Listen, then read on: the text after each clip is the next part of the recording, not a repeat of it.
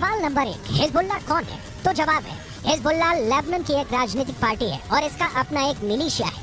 सवाल number 2, Hezbollah की ताकत क्या है? तो जवाब है हिजबुल्लाह के पास 1000 लड़ाके हैं जो लेबनान की आर्मी से भी खतरनाक फोर्स मानी जाती है। सवाल नंबर 3, हिजबुल्लाह क्यों इजराइल और अमेरिका को धमकाता है? लेबनान में हिजबुल्लाह संगठन को खड़ा करने वाला है ईरान, और ईरान अमेरिका और इजराइल का सबसे बड़ा दुश्मन कहा जाता है। सवाल नंबर 4, हिजबुल्लाह को इजराइल क्यों इतना बड़ा खतरा मानता है? हिजबुल्लाह ने रूस की फौज के साथ मिलकर सीरिया से आईसिस को पूरी तरह खत्म कर दिया। हिजबुल्लाह ने ईरान के ऑर्डर पर सीरिया में युद्ध लड़ा और अब वहां तैनात है। सवाल नंबर 5, क्या हिजबुल्लाह इजराइल को हरा सकता है? हिजबुल्लाह 2006 में इजराइल के खिलाफ युद्ध लड़ चुका है। 34 दिनों तक चले इस युद्ध में इजराइल को सीज फायर के बाद लेबनान से पीछे हटना पड़ा था।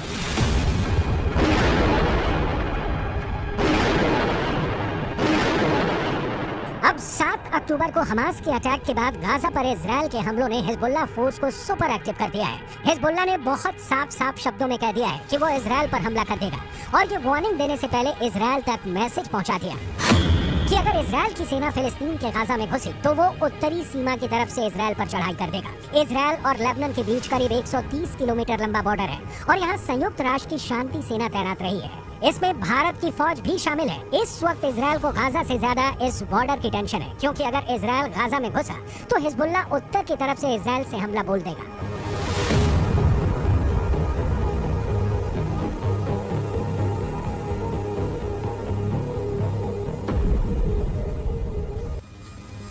हमास और इजराइल की सेना एक दूसरे के खिलाफ कितनी ताकत रखती है, और क्या हिजबुल्लाह वाकई इजराइल के लिए ऐसे हालात पैदा कर सकता है कि वो उसे हरा दे? इसे समझने के लिए आपको हिजबुल्लाह की उस चेतावनी को समझना पड़ेगा जो उसने अमेरिका को दी है, क्योंकि अमेरिका ने अपनी नौसेना का कैरियर बैटल ग्रुप भूमध्य सागर में पहुंचा दिया है। अमेरिका का ये बेड़ा, जिसमें फोर्ड कैरियर के अलावा 5 बहुत ही खतरनाक डिस्ट्रॉयर हैं। इन सब में हर तरह की 1000 से ज्यादा मिसाइल किसी भी वक्त हमले के लिए तैयार है। कोई दुश्मन नहीं चाहेगा कि उसके सामने ऐसी चुनौती खड़ी हो जाए।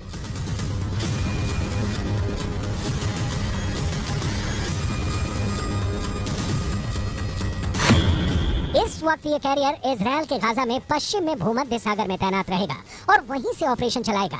उसकी रेंज में लेबनान भी होगा, सीरिया भी होगा, तुर्की भी होगा और मिस्र के आसपास का इलाका भी होगा। यहीं से ये इजराइल के एयर स्पेस को सुरक्षित रखेगा और हमला भी कर सकता है। ये सब ऑपरेशन अमेरिका के फोर्ड क्लास के कैरियर और उसके बेड़े में मौजूद बड़े बड़े डिस्ट्रॉयर पूरा कर सकते हैं। ऐसा अमेरिका पहले इराक में कर चुका है, उसने अफगानिस्तान में करके दिखाया है, और ईरान को भी वो लगातार धमकी देता रहा है। इजराइल के लिए भी जेराल्ड फोर्ड कैरियर को भेजना एक बड़ा युद्ध छेड़ सकता है।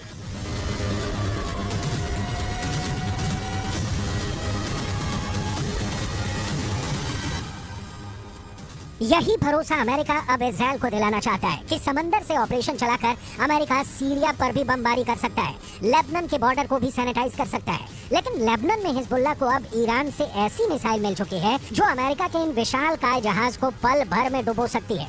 इस मिसाइल को लेकर हिजबुल्लाह का खौफ बढ़ चुका है और वो सीधा सीधा अमेरिका के जहाज को डुबा सकता है। इस खतरे को हल्के में नहीं लिया जा सकता। लेबनान ने 2006 में इजराइल में एक कॉर्वेट यानी जंगी जहाज पर एंटी शिप मिसाइल से हमला किया था। इस हमले में इजराइल के युद्धपोत को भारी नुकसान पहुंचा था। अब हिजबुल्लाह के पास जो एंटी शिप मिसाइल है उसकी रेंज 300 किलोमीटर तक है, इसलिए लेबनान या इजराइल से ये फासला बनाना अमेरिका के लिए जरूरी हो जाएगा।